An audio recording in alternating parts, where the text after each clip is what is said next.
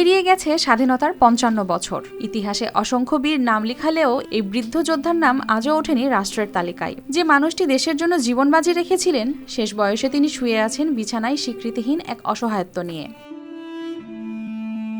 পিরোজপুরের মঠবাড়িয়া উপজেলায় কবুতরখালী গ্রামের বাসিন্দা ৯৬ বছর বয়সী বারেজ তালুকদার নিজেকে মুক্তিযোদ্ধা হিসেবে দাবি করলেও এখনও পাননি কোনো রাষ্ট্রীয় স্বীকৃতি। পরিবার ও এলাকাবাসী থেকে জানা যায়, ১৯৭১ সালে ২ নম্বর সেক্টরের সুন্দরবন এলাকায় মেজর জিয়ার নেতৃত্বে নিয়েছিলেন প্রশিক্ষণ। যুদ্ধের জন্য তাকে সনদও দিয়েছিলেন তৎকালীন সর্বাধিনায়ক জেনারেল ওসমানী।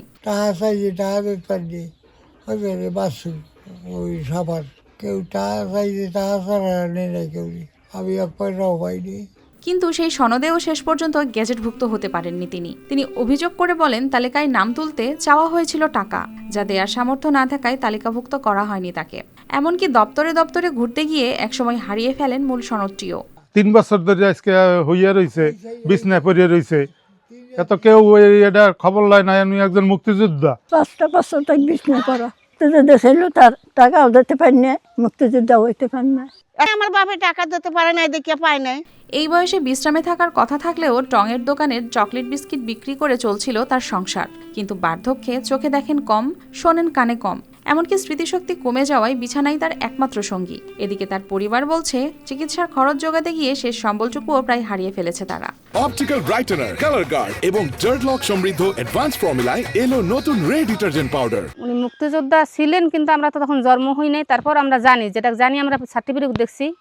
আমার শ্বশুর অনেক জায়গায় জমাও দিছে, কিন্তু কোনো কাজে খাটে নাই। কিন্তু আমার টাকা অর্থ নাই, তো ওই জন্য আমরা আজ পর্যন্ত পাইনি। এই আর্থিক দিতে পারে না, বিদায় পায় না, কারণ যারা ছিল না তারা আর্থিক দিয়ে মুক্তিযোদ্ধা সারা বাতা মারে। উপজেলা মুক্তিযোদ্ধা সংসদের সাবেক কমান্ডার জানান, সঠিক কারণ ছাড়া তালিকা থেকে বাদ পড়ার সুযোগ থাকার কথা নয়।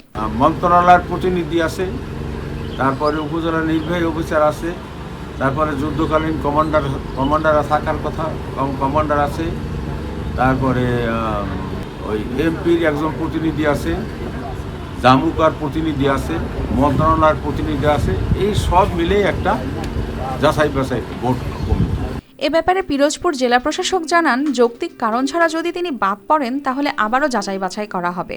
পিরোজপুর জেলার মঠবাড়িয়া উপজেলার গুলশাখালী গ্রামে একজন মুক্তিযোদ্ধা রয়েছেন, মানে মুক্তিযোদ্ধা দাবি করতেছেন উনি ওনার কাগজপাতি দেখাইলো যে সব কিছু ঠিক আছে, এবং এটা অভিযোগ করেছে ওই সময় হচ্ছে আপনার যাচাই বাছাইতে আসলে ওনাকে বিভিন্ন ধরনের উনি সুযোগ সুবিধা ওনার কাছ থেকে নিতে পারে না দেখে আসলে ওনারটা হয়নি।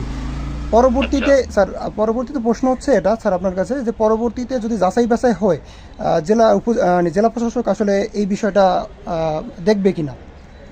যদি সে তাকে কোনো যৌক্তিক কারণ ছাড়া বাদ দেওয়া হয় অবশ্যই দেখবো। বারেজ তালুকদার যুদ্ধের ময়দানে গিয়েছিলেন দেশের জন্য, আর আজ বিছানায় শুয়ে লড়ছেন স্বীকৃতির জন্য। স্বাধীনতার এতদিন পরও যদি একজন দাবিকৃত যোদ্ধার পরিচয় অনিশ্চিত থাকে, তাহলে প্রশ্নটা শুধু তার একার নয়, আমাদের সবার। News desk, RTV।